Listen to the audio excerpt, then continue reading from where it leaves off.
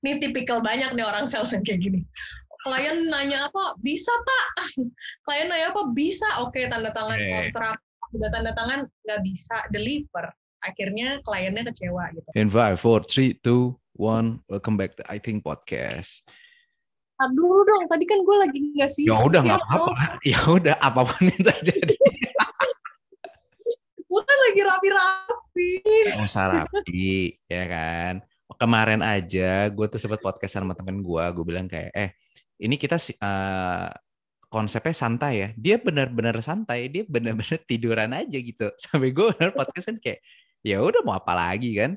Karena emang ya, itu yang gue bilang Des, kayak gue podcastan sekarang ini lebih ke arah kayak daripada gue stres di rumah, gak keluar-keluar, jadi lebih baik gue ajak teman gue ngobrol biar refreshing, biar apapun yang ada di kepala gue bisa berubah, ya kan? Nah, terus habis itu sebenarnya sebelum di take ini kan kita udah ngomong juga kan, ngobrol-ngobrol kan. Ada hal yang mengganjal di dalam hati gue. Jangan hati dong, pikiran aja. Oh ya pikiran bener-bener gak boleh masukin hati. Tapi kemarin sumpah sih kayak gue keselnya sampai hati sih kayak greget. Bukan hati itu gregetan sih. Gue uh, tadinya gue berekspektasi atau berpikir bahwa pada saat kita bertemu dengan seseorang yang bicaranya quote unquote tuh profesional, terus itu juga dilihat dari backgroundnya juga profesional, gue berekspektasi bahwa dia akan bekerja juga sebagai orang yang profesional.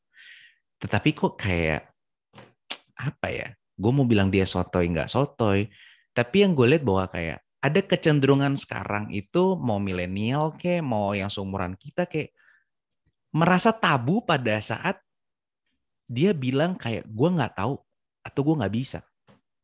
Nah, gue makanya kenapa nelpon lo, gue kepikiran sama lo, karena ini dari pengalaman aja ya. Gue tidak pernah kerja sama sekali di dalam suatu perusahaan yang formal ya, yang kayak dari 8 to 5 gue nggak pernah sama sekali.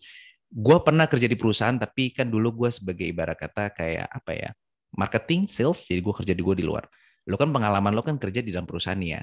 Nah hari ini gue mau belajar nih sama lo nih, supaya gue tahu apa yang harus gue rubah. Daripada gue berharap orang lain berubah, akan lebih mudah buat gue ngerubah diri gue untuk bisa menerima keadaan di lapangan seperti apa. Nah, pertama gue pengen tanya sama lo, yang kayak tadi gue bilang bahwa, lu melihat gak sih sekeliling lo, baik lingkungan lo kerja, lingkungan teman lo, yang tadi gue bilang benar terjadi gak sih? Kayak orang merasa tabu untuk bilang tidak tahu atau tidak bisa. Ada banget. Di kantor gue juga ada kok. Baru masuk, baru masuk 1 minggu, terus tapi kayak udah tahu segala-galanya aja. Bahkan nggak mau mendengarkan informasi dari orang, feedback dari orang. Banyak sih itu ada aja sih orang kayak gitu, tergantung karakter masing-masing sebenarnya. Dan juga mungkin lingkungannya masing-masing. Kalau dia terbiasa untuk pokoknya gimana caranya gue harus jawab ini pertanyaan. Mau gue tahu nggak tahu, gue nggak boleh diem. Gue harus jawab. Nah, bener-bener. Bener, gue harus jawab. Gue kemarin tuh siapa yang ngasih tau gue ya? Jadi pas gue kemarin ada satu kejadian lah yang bikin gue kayak yang tadi itu gue wah angkat topi banget deh buat nih temen gue karena gue liat kayak ini orang inline lah, profesional banget kan. Terus habis itu ada temen gue yang nasihatin persis kayak lu tahu kan Not bedanya orang yang nanya karena dia tahu sama nanya cuman karena nanya aja gitu. Yang ibarat kata kalau anak kampus tuh nanya biar dapet poin. Padahal juga dia tahu bahwa yang dia tanya juga tidak berbobot gitu loh. Gua pikir tadi itu cuma ada di dunia bangku kuliah. Makanya gue kemarin jujur agak cukup shock gitu loh kayak, hah? Masa kejadian-kejadian di bangku kuliah sekarang naik di tempat ranah pekerjaan sih gitu loh gue pikir. Gue nggak ekspektasi itu sama sekali masalahnya. Banyak loh, apalagi di webinar-webinar gitu, di seminar, webinar.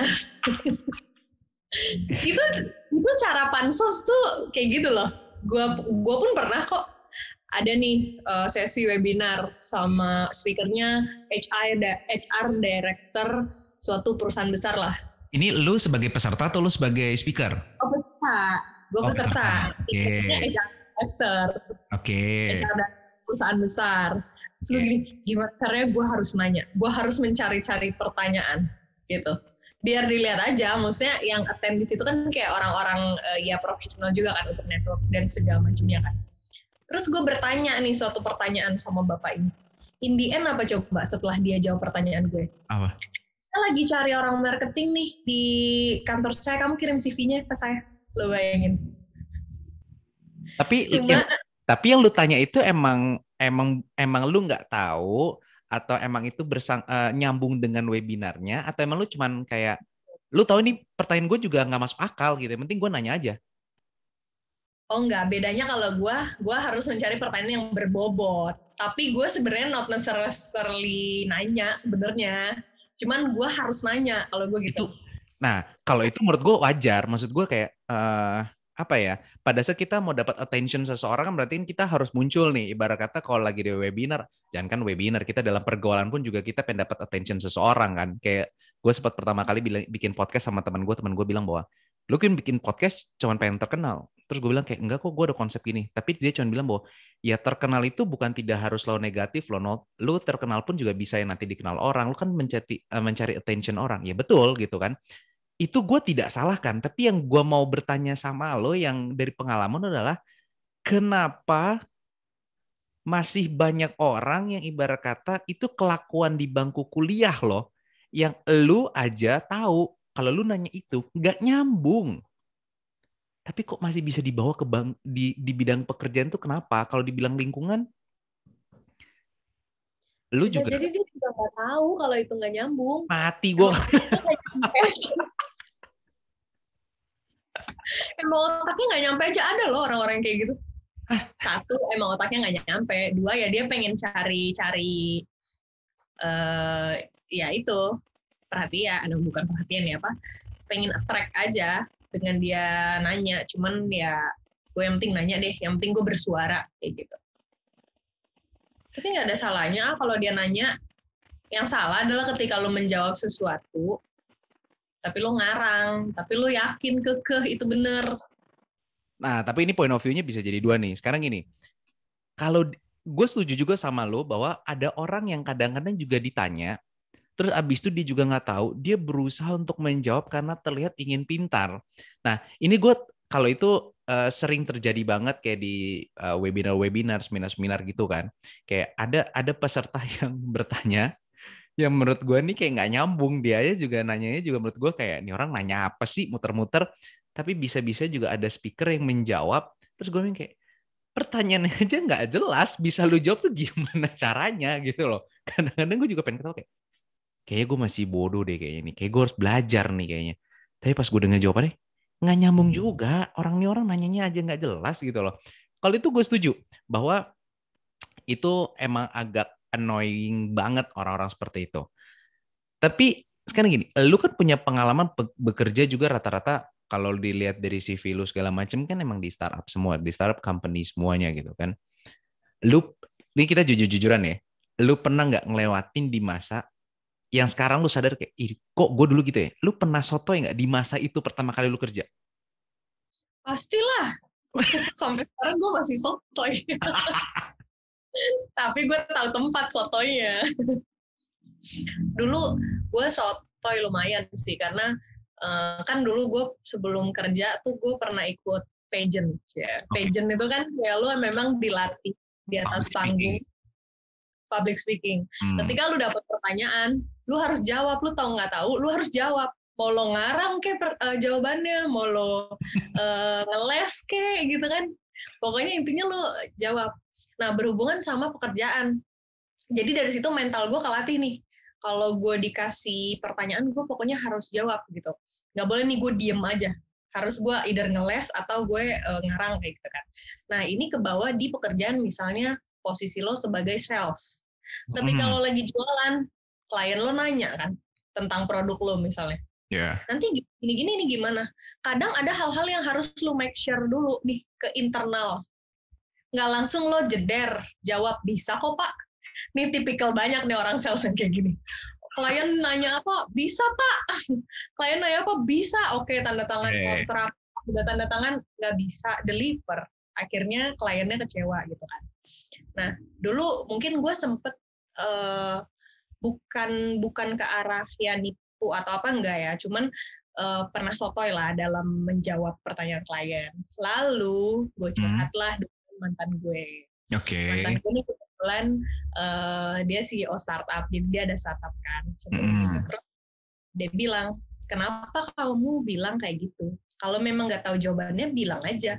Pak, saya make sure dulu internally, nanti saya balik lagi ke Bapak, saya kasih tahu jawabannya ya.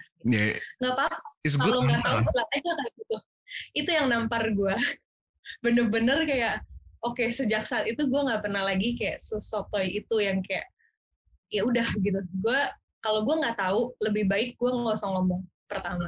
Yang kedua, public speaking, itu beresiko banget karena gue kan berbicara di depan orang banyak. Kalau misalnya gue membicarakan suatu hal yang itu nggak pasti atau gue nggak yakin, itu gue harus mempertanggungjawabkan dong kalau itu tuh nggak bener. Jadi gue hati-hati banget juga sih akhirnya ngomong di situ.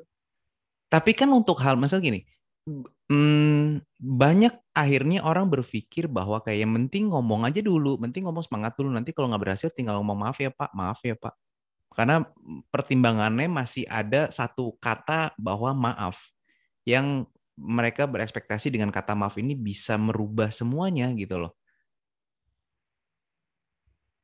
Yang terjadi di lapangan kan bisa terjadi seperti banyak banget kan yang kayak gitu. Nah, lu kemarin dikasih tahu sama mantan lu dan lu bisa ngeh karena gue amat sangat setuju sih dengan apa yang dibilang sama mantan lu karena uh, menurut gue dan gue selalu bilang sama orang bahwa tidak semua pertanyaan itu harus dijawab dan tidak semua hal lu juga bisa mengerti. Karena gue tipe orang yang punya pegangan hidup adalah kayak lu sama-sama dokter, dokter aja masih sekolah spesialis loh untuk menjawab sesuatu. Nah itu yang gue dari dulu pegangan gue di situ gitu loh. Jadi apalagi pada saat lu di dunia kerja, daripada lu sotoy merasa lu tahu semuanya, lebih baik ya lu menjawab apa yang emang expertise lu ya di situ gitu. Nah, tapi kok, nah ini yang gue makanya akhirnya gue pengen jadi curhat juga sama lo. Tapi kenapa pola pikir gue ini kayaknya tuh sulit banget gitu loh diterapkan di waktu dan di momen saat ini gitu loh. Semua kayak deny gitu loh dengan omongan gue bahwa lu harus expert di emang yang lu bisa. Kalau lu nggak bisa, ya udah lu jangan jawab atau lu belajar gitu loh. Why? Kenapa? Nah, itu yang gue pengen nanya sama lo. Kita kan sebagai teman, sebagai sahabat, sebagai pasangan cuma bisa mengingatkan dan memberikan saran dan masukan. Balik lagi ke orang itu, bisa terima feedback nggak? Bisa open nggak gitu. Kadang beda-beda sih tiap orang juga penerimaannya kan. Kalau gue waktu itu ngelihatnya gini, ini kita bicara soal profesional ya. Gue cerita ke dia adalah sebagai bukan sepasang ya, sesama profesional. Maksudnya dalam hal pekerjaan ya, bukan sebagai pasangan. Nah, jadi gue tuh amazed sama dia, denger jawabannya dia, karena dia ini bos loh, dia CEO loh. Sedangkan gue ya karyawan biasa, ibaratnya gue misalnya orang sales lah ibaratnya, atau partnership gitu ya. Sedangkan dari segi hierarki dia pasti kan di atas gue ya, CEO udah di atas segalanya kan di perusahaan. Tapi dia bisa se-humble itu ngomong kayak gitu. Ya lebih baik bilang nggak tahu, kalau emang nggak tahu nanti balik lagi ke orangnya. Gitu. Awalnya gue sempat nantang gitu. Loh, emang kamu kalau misalnya meeting sama klien, kalau kamu nggak tahu, kamu nggak ngeles atau nyari apa gitu ya? Terus dia bilang, enggak, Pak, saya bilang kayak gitu, dia bilang. Terus kayak, wah, oke. Gue jadi malu sendiri kan. Kayak maksud gue kira dia akan lebih extra effort dong daripada gue. Karena gimana pun kita nge-close klien misalnya, atau nge-close investor. Yeah. Tapi ternyata dia kayak gitu, dan dengan attitude-nya dia yang bagus itu, dia sukses banget kok. Maksudnya kayak hubungannya dengan orang tuh bagus banget, dengan investor, dengan klien dan sebagainya tuh bagus banget gitu. Jadi gue ya udah, gue belajar sih dari situ. Berarti gini ya, karakter kita pada saat masuk di dunia pekerjaan itu tergantung lo menghabiskan waktu sama siapa. Berarti itu juga termasuk, berarti itu yang berpengaruh banget ya. pada saat menghabiskan waktu dengan sekitar teman-teman lo yang emang bekerja di tempat yang sama atau dengan industri yang sama, ya lo akan tetap menjadi orang yang quote unquote sotoy kan berarti. Iya, sama deh kayak lo ketemu orang yang baperan. Lo kerja sama orang baperan tiap hari. Ya lo Hmm. ikut baper lama-lama. Tapi kalau lo kerja sama orang yang cuek tiap hari, ya lo lama-lama hilang rasa. Empati lo habis. Kekikis. Karena ya itu, lo bergaulnya sama orang-orang yang kayak gitu. Jadi lo terbiasa menjadi seperti itu juga. Lambat laun. Berarti Berarti ini cukup, wah, bukan bukan bahaya ya, tapi balik lagi ya, kayak makanya tadi kenapa gua call lu tuh kayak kita podcastan kita ngobrol kan, gua selalu berpikir bahwa setiap gua podcast gua pasti belajar sesuatu dari teman gua, dari narasumber gua, karena itu yang gue selalu bilang kenapa gua suka dengan podcast, bukan masalah kayak masuk YouTube-nya atau apa enggak, tapi gua ngerasa bahwa kayak gua bisa upgrade dengan adanya orang lain. Berarti kalau lu menjelaskan seperti ini, gue sudah harus consider berarti bahwa in the future gue akan banyak sekali ketemu sama orang-orang yang ibarat kata quote unquote itu yang tadi sotoy atau kayak segala apapun pertanyaan harus dijawab, mau dia bisa nggak bisa yang penting dia bilang bisa dulu, abis itu dia baru cari tahu. Berarti akan banyak populasi seperti ini dong. Banyak, Wow. banyak. Menurut gue sih banyak ya, tapi tergantung lingkungannya juga sih. Tapi kayaknya generasi generasi yang baru-baru ini lebih cenderung ke arah sana sih. Gue nggak bisa bilang mereka sotoy atau enggak, tapi gue bisa bilang mereka ini inisiatifnya tinggi. Inisiatif untuk mencari tahu dan menjawab pertanyaan tadi ya. Gitu. Tapi masalah sotoy nggak sotoy ini balik lagi ke orang masing-masing. Ini sempat nih. Ya seberapa yakin lo.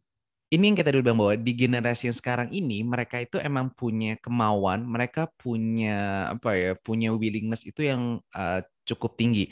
Nah itu yang kemarin gue seperti ngobrol juga sama teman gue di podcast bahwa kayak mereka ini dengan adanya teknologi semakin canggih, kayak zaman zaman kita, gue bisa bilang kita lah, kita kan beda umur nggak jauh ya. Dulu kita kalau masih SD, SMP lah, SMP sampai SMA kalau kita ada tugas kan kita nyari sesuatu harus ke perpustakaan kan ya, minjem buku lah segala macam. Di era sekarang tuh nggak ada yang kenal perpustakaan loh. Seriously, mereka tidak pernah ada kenal namanya perpustakaan. Mereka cuma kenal namanya Google. Nah, tapi yang gue selalu bilang bahwa yang bahayanya adalah anak-anak ini semangatnya tinggi, willingness untuk berubahnya tinggi, willingness untuk dia cari taunya tinggi, tapi mereka kemampuan validasinya rendah banget. Ya. Rendah banget. Itu yang kadang-kadang bikin gue jadi akhirnya tuh kayak jadi kesel sih. Lebih, ya tadinya kesel, tapi setelah gue ngobrol sama temen gue berpikir bahwa iya ternyata bukan orangnya salah, tapi ekspektasi gue. Maksud gini, pada saat lu punya willingness yang tinggi, gue berharap tadinya itu equal dengan validity-nya gitu loh. Lu baca sesuatu, lu cari tahu dulu kayak yang lu baca benar atau tidak. Jangan lu cuman googling, ketik, terus habis itu keluar source datanya, lu baca dan lu yakin bahwa wah ini source data ini udah paling bener gitu. Nah, itu yang makanya dari kemarin gue kayak aduh kok gini banget sih ya, kerja kok gini banget ya, kok ketemu sama orang kok kayak gini banget gitu. Dan ternyata dari lu bilang bahwa itu yang harus gue consider in the future, bakal banyak orang kayak begini. Karena sekarang susah juga sih, kan sumber informasi itu udah luas banget. Banget. Informasi di mana-mana, dari mana-mana. Jadi untuk lo validasi itu juga kadang lo nggak punya waktu. Apalagi misalnya ya lo kerja di startup, terus kayak lo cari tahu tentang informasi sesuatu, sementara lo dikejar deadline. Ya lo nggak punya banyak waktu untuk validasi. Oh, gue dapet informasi ini, gue validasi sedikit deh. Terus kayak gue yakin nih, ya udahlah, gue gas aja gitu. Paham nggak sih? Jadi kayak kadang nggak ada waktu juga untuk ngevalidasi bener-bener 100% gitu. Kayak gue dikejar deadline nih. Kayak makan atau gue dimakan. Kayak gue makan lah. Berarti bisa dikatakan juga bahwa dengan kemajuan teknologi sekarang ini juga karakter anaknya itu juga akhirnya berubah bukan karena cuma teknologi doang ya, tapi karena culture dari perusahaan sekarang yang kayak gitu ya. Culture apa nih maksudnya? culture yang kita dulu bilang, mau lu dituntut cepat, lu dituntut bahwa ya lu harus bisa berkembang sendiri, lu harus bisa cari tahu sendiri, lu nggak tahu ya lu pelajarin sendiri, yang penting gue mau taunya result lu seperti apa berarti endingnya. Pasti. Bos gue tipikal yang kayak gitu. Gue nggak tahu kalau startup lain ya, tapi di startup gue, bos gue bule, terus kita running bisnis di Indonesia, ya intinya ada beberapa hal yang dia bilang ke gue, misalnya ada beberapa pekerjaan yang pokoknya lo kerjain, ini baik lagi ke tipe leadership, masing-masing beda-beda orangnya. Okay. Ada gue satu, dia pokoknya lo kerjain ini, terserah lo, gue nggak mau tahu lo caranya kayak gimana, lo cari tahu sendiri. Mau lo bisa nggak bisa, ya lo kelarin gitu. Kayak lo bener-bener harus find out sendiri. Itu satu. Ada tipikal bos yang oke, lo kerjaan ini, gue bikinin kerangkanya ya, untuk set standarnya seperti ini. Nanti lo isi, lo kerjain. Gitu. Jadi sesuai standar. Nah, kelemahan yang pertama tadi, lo udah banting tulang nih, ngerasa jor-joran find out gimana caranya bikin atau selesain tugas ini. Ternyata nggak sesuai sama ekspektasinya dia. Kok cuma segini doang? Padahal lu udah banting tulang banget gitu. Itu tuh challenge-nya. Nggak ada standar di awal, tapi ketika lu udah kerja keras, kayak bos lo bilang, kok gini doang? Tapi dia juga nggak kasih lu suggestion, nggak kasih lo idea, nggak kasih lo apa-apa. Oke, I get the point nih. Leslie, makanya gue selalu berpikir bahwa pada setiap ada suatu kejadian, gue daripada menuntut orang berubah, lebih baik gue yang berubah. Karena menuntut orang berubah itu jauh lebih capek, jauh lebih pusing. Jadi lebih baik gue yang berubah kan, mengikuti. Dari cerita lu nih, gue get the point deh. That's why makanya kenapa karakter mereka menjadi orang yang kayak ya udah bisa nggak bisa gue ngomong gitu, karena mereka sendiri juga di kantor tuh tekanan pressure-nya udah kayak begitu ya, dia ngerasa udah kayak gue kerja juga nggak ada kerangkanya, lu nyuruh gue juga nggak tahu harus apa, gue udah kerjaan juga susah payah ternyata lu nggak menghargai, yang akhirnya tanpa sadar mereka juga melakukan itu kepada orang lain ya. Ya, jadi kayak kesannya kalau misalnya, ini nggak tahu sih kaitan sama emosional lo ya. Misalnya lo berhubungan sama orang lain, terus orang lain itu nanya lo sesuatu, terus lo menjawab nih. Terus orang itu bilang, masa sih? Atau nggak percaya nih sama jawaban lo. Iya bener. Jadi lo kebawa kesel, kayak, kenapa sih lo nggak percaya sama gue? Bener kayak gitu. Karena itu tuh ngaruh tuh. Sering banget gue ngerasa kayak gitu juga. Ya. Karena lu udah ngerasa itu tuh bener, tapi lu nggak cukup gitu, nggak pernah cukup aja. Jadi lu ada sense apa ya, keinginan di dalam diri lo untuk menjadi cukup buat orang lain. Jadi ketika lo menjawab pertanyaan, lu tuh mau orang lain tuh puas sama jawaban lo. Padahal ya belum tentu juga jawaban lo bener. Tapi karena bisa jadi kan, karena lack of lack of satisfaction tadi. Iya. Nah, ini sih gue nggak tahu ya orang lain kayak gimana. Tapi asli ya, pada saat lo ngomong bergetar gitu kalau masih ada yang. Tapi dari tadi lu cerita, di kepala gue tuh langsung kayak apa ya, kayak flashback lagi kejadian yang gue alamin. Itu bener-bener jiplek-plek atau sama persis seperti apa yang terjadi sama gue kemarin, yang gue ngeliat kayak, loh kok dia gini ya, karena tadi gue mikir gini, ini prinsip di kepala gue tadinya, makanya gue harus berubah, tapi gue nggak tahu harus berubah apa, tapi karena lu cerita gue tahu harus berubah apa. Di kepala gue tadi mikir gini, kalau lu bego, lu belajar. Nah, gue ajarin, karena gue tahu, gue ajarin lu. Tapi kalau gue salah, berarti kan lu pinter kan? Lu ajarin gue. Prinsip gue cuma sesimpel itu. Ya kan? Lu bego, gue kasih tahu. Nah, kalau lu ngerasa gue bego, ya gue minta diajarin sama lu. Simple kayak gitu. Tapi at the end di lapangan nggak kayak gitu loh. Kayak gue bilang A, terus habis itu dibantah, terus habis itu gue tanya harusnya gimana? Ya gue juga nggak tahu. Tapi ini standarnya kayak gini-gini. Ya itu buatnya gimana menurut lo? Ya gue juga baru pertama kali nih kayak. Ya kalau lu baru pertama kali, tadinya gue kesel kayak, lu dengerin gue dong, ya kan? Nah tapi ini kenapa lu ngotot, tapi pas gue mau belajar, lu juga ngasih sesuatu hal sama gue bahwa ini harus kayak begini. Ini harus kerja tuh kayak begini, begini, begini loh. Profesional tuh harus kayak begini, begini. Yang gue harap kayak gitu. Karena gue tipe orang kalau lu salahin gue, lu ajarin gue. Supaya gue bisa pinter. Karena apa? Gue sadar. Gue tidak mungkin punya kepandaian yang semuanya gue pandai. Pasti ada something miss yang gue nggak tahu itu. Dan gue tipe orang mau belajar. Tapi kalau lu nggak ngasih tau gue harus belajar kayak gimana, ya buat apa lu bantah gak? Tadi gue mikir kayak gitu.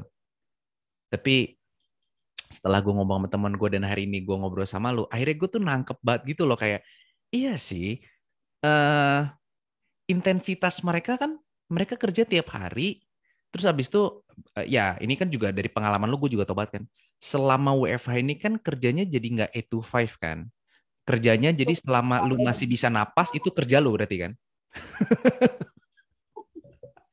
Aduh, nggak usah tanya jam kerja gue jam berapa ya. Nggak, itu dia makanya karena gua ngeliat lo, gua ngeliat adik gua, sekarang emang itu yang harus gua akuin banget bahwa orang-orang yang kerja di startup bahkan juga mungkin sekarang di corporate yang zaman dulu juga sekarang tuh jam kerja jadi berantakan.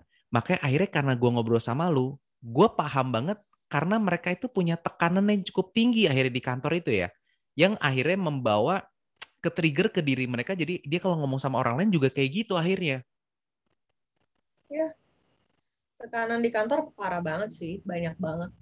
Dari kerjaan lo yang nggak habis-habis, kerjaan lo yang lo sebenarnya nggak tahu gimana nyelesainnya, tapi lo harus figuring out sendiri. Lo nggak punya partner buat bisa brainstorm, buat buat diskusi. Itu tuh pressure lo. Kayak lo harus figure out things sendiri, dan lo harus kayak ya cari tahu sendiri semuanya gitu. Dan ketika balik lagi ke yang tadi gue bilang, ketika lo present ke atasan lo belum cukup, padahal lo udah ngerasa lo udah memberikan semua tenaga dan energi lo untuk itu gitu. Jadi itu like satu. Belum lagi kalau misalnya lo ketemu teman kantor yang toksik, yang drama, yang sensitif, apa-apa baperan. Asli ya, gue jarang, maksudnya sebelumnya kan gue kerja di luar ya.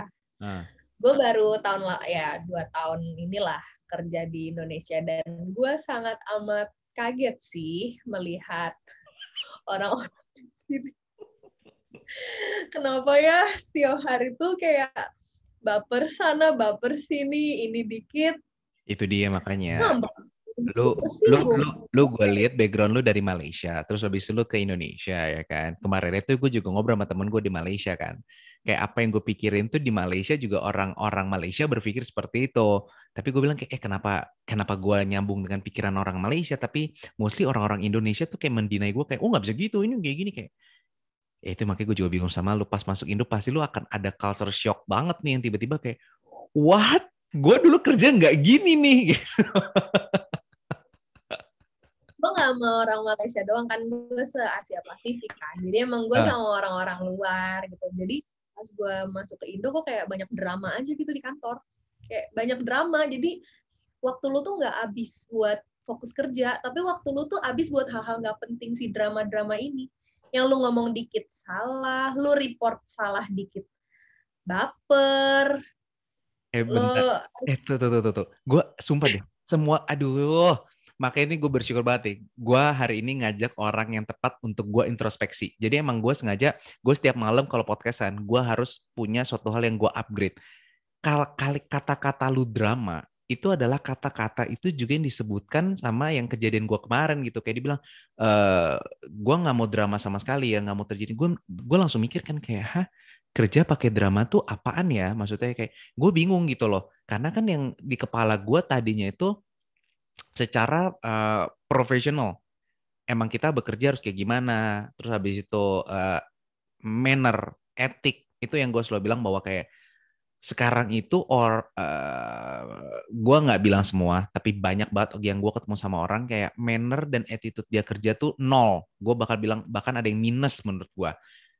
Nah, kalimat lu pas drama gue mikir kayak, oh, oke, I know kenapa keluar tiba-tiba ada vocabulary seperti itu. Ternyata kalau kita kerja di kantoran, ternyata tiap hari yang harus dihadapi adalah bukan masalah pekerjaan doang, tetapi masalah drama, masalah pekerjaan yang dianggap tidak benar terus, dia harus dituntut menjadi orang pintar, dituntut menjadi orang harus serba tahu, ibarat kata jadi kayak Doraemon, ya kan? Berarti aktual di lapangan itu orang ditekan seperti itu di perusahaan ya. Iyalah, banget. Kasian dong Apalagi kalau kayak gitu ya sebenarnya. kasihan, kasihan, kasihan dong sama diri gue sendiri.